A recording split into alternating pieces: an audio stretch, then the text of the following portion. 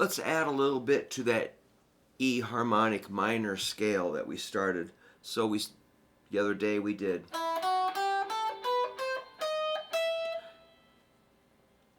taking note of that half step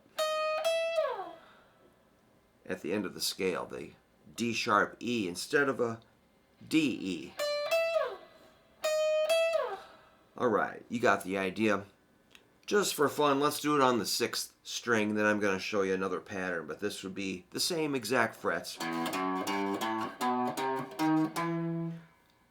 0, 2, 3, 5, 7, 8, 11, 12. Right on. You got it.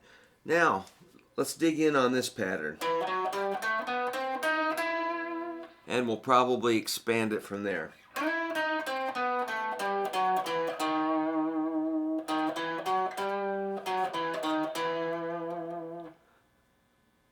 I really enjoy that. So, it's the same notes, of course. E, F sharp, G, which is, I'm going to start on the A string, 5th string. I'm going to go 7, 9, 10. Kind of a classic little guitar shape for scales. The index, ring, pinky. The next string over is the same thing. For fret numbers 7, 9, 10, 7, 9, 10. The notes again are E, F sharp, G, A, B, C. And then one little deal over on the next string. That's your 8, 9, which is your D sharp, E. On the 3rd string, the G string. Probably use middle and ring finger, so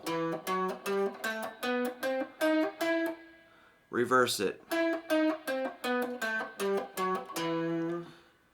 It's hard to resist the temptation to go at the end.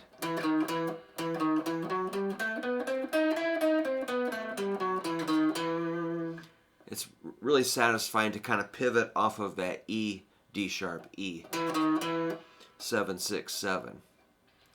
So let me know how your hand handles this sort of a pattern. It's like a compact little geometry, but you got to use your fingers and they have to coordinate and cooperate.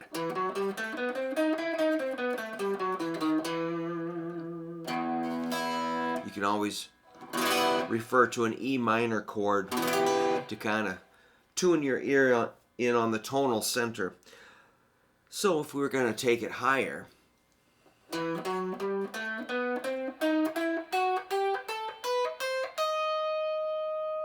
that's pretty dramatic. So that would be our E. Again, same note names. You're probably getting pretty used to that. E, F sharp, G, A, B, C, D sharp, which is probably going to be really familiar, but let's just talk about fret numbers. We got the 9 on the 3rd string.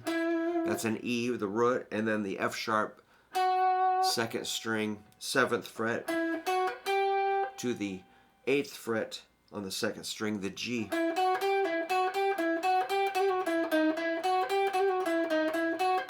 You can definitely stop and just play around with it as you build. That is super cool.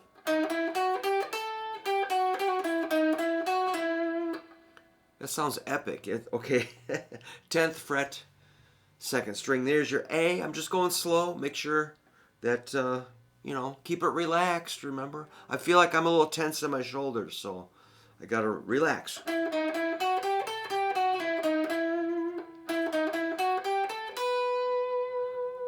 How about you? Are your hands tense? Shoulders?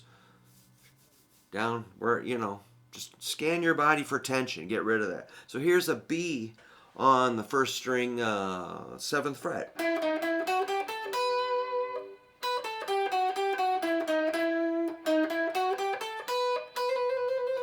B to C, a half step. I did a hammer-on pull-off.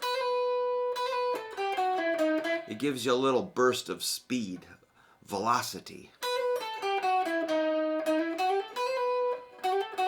You can definitely play around with hammer-ons.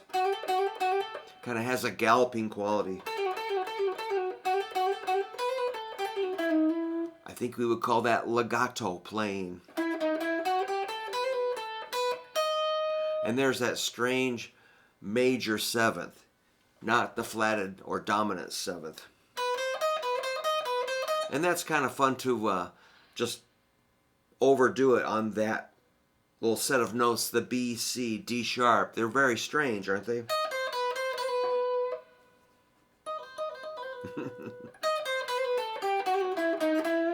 And then connect it with the previous pattern. And then we can always connect with the lower notes if you want. And of course you can always finish up here to the 12, the E. So really now, theoretically, we could start low and end high. If we put it all together, which, you know, I know my students, this might be really complex for some people that have never really played up the neck. That's why I go slow and kind of present the same stuff over and over, just to make sure that anybody that really wants to learn this is not getting bowled over. That's why, you know, I kind of pace the lesson here. So, but anyway, if you wanted to remember all that and connect, it would sound like this. And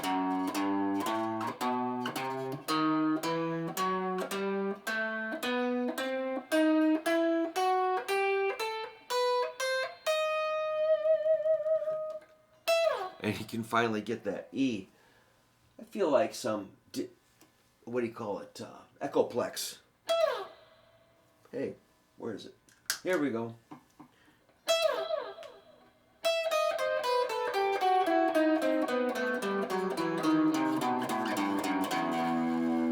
So see where I connected here? That 7, 6, 8, 7. There's the connection to the low set of notes.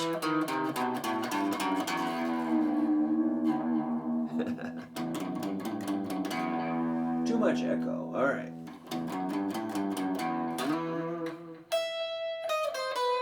Maybe take little sections.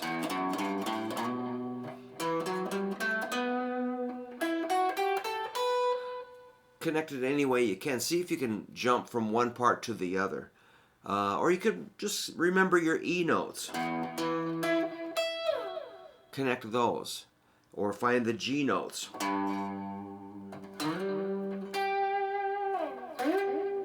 And those are in the scale. So any way you want to do it, it's wide open. That's what's fun about guitar. You can be creative the way you practice. You can design your own course.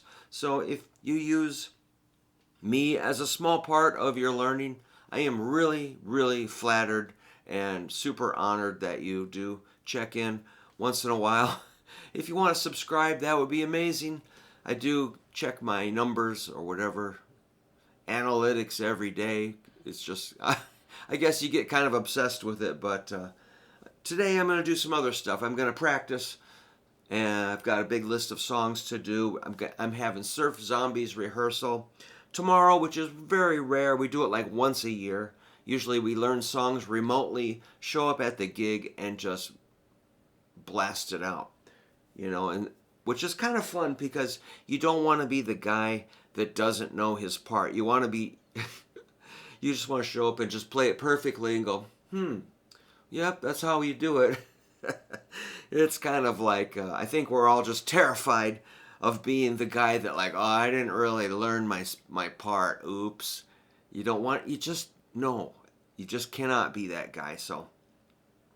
And I gotta say, I gotta credit one guy in the band that keeps us on our toes. We're terrified of him. He's a dictator. His name is Trevor.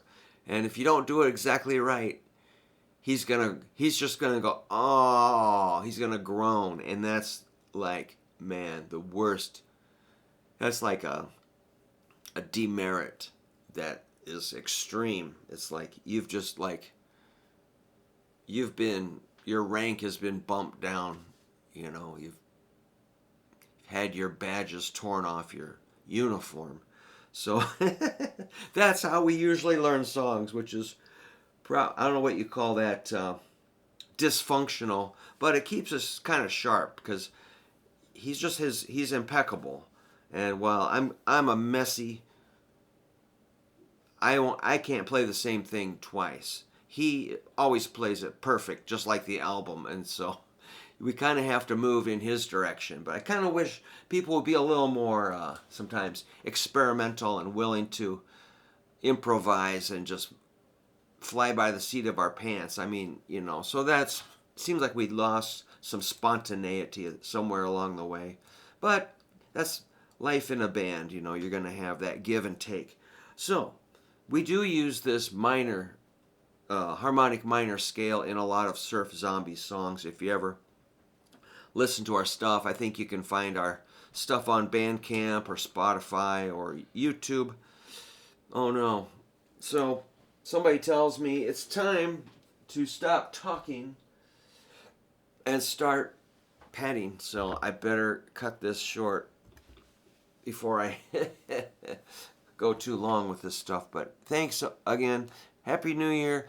Let's have a really good 2026, and let's practice. Let's be impeccable.